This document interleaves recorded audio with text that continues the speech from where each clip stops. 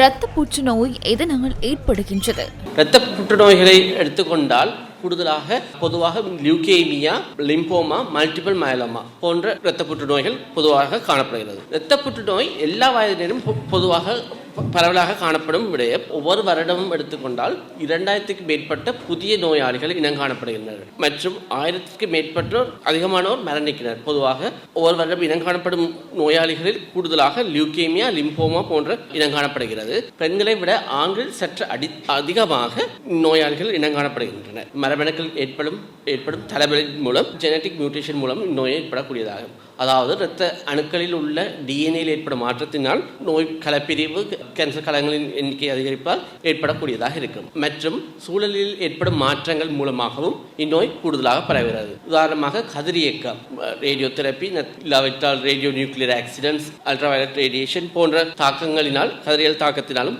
நோய் ஏற்படக்கூடியதாக இருக்கிறது.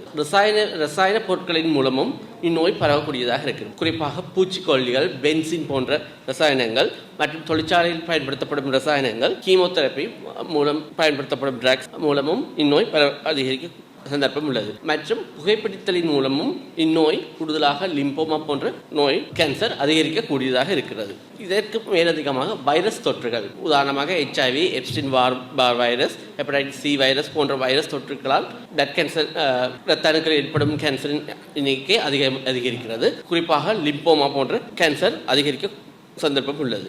மற்றும் நோய் எதிர்ப்பு தொகுதியில் ஏற்படும் பாதிப்புகள், உதாரணமாக போன் மேரோ சப்ரேஷன், இம்யூனோ சப்ரேஷன் மருந்துகள் பாவிப்பதன் மூலமும், HIV, ஆட்டோ இம்யூனோ டிசீசஸ் மூலமாகவும் இந்நோய் அதிகரிக்கப்படும். இதை தவிர பரம்பரையாக கடத்தப்படும் ஜெனட்டிக் டிசார்டர்ஸ் மூலமாகவும் இந்நோய் பரவுகின்றது. டவுன் சிண்ட்ரம், ஃபேன்கோனி அனிமியா போன்ற மூலமாகவும் இது பரவலாம். அடுத்ததாக ஃபேமிலி ஹிஸ்ட்ரி மிக முக்கிய காரணம் அல்ல. ஃபேமிலி ஹிஸ்ட்ரி அதாவது குடும்பத்தில் நெருங்கிய குடும்ப உறுப்பினர்கள், தாய், தந்தையினர் அல்லது சகோதரர்கள் போன்றவற்றுக்கு ரத்தம் சம்பந்தப்பட்ட கேன்சர் இருக்குமானால் உங்களுக்கும் அடுத்த பரம்பரைக்கும் கடத்தப்படக்கூடியதாக இருக்கும். ஆனால் மிக சொற்ப அளவிலே 5% குறைவான சதவீதத்திலே இவ்வாறான நோய் கடத்தப்பட முடியும்.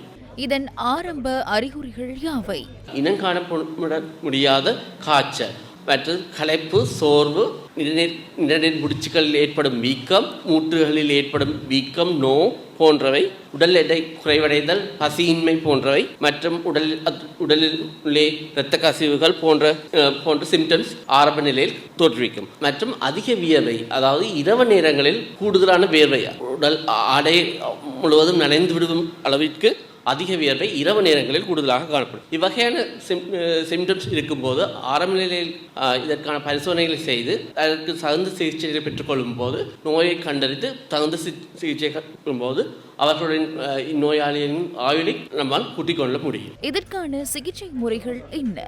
தற்போது நவீன சிகிச்சை முறைகள் மேற்கொள்ளப்படுகிறது. உதாரணமாக கீமோதெரப்பி ட்ரக்ஸ் மூலம் கேன்சர் செல்ஸ் பெருக்கத்தை தடுக்க முடியும்.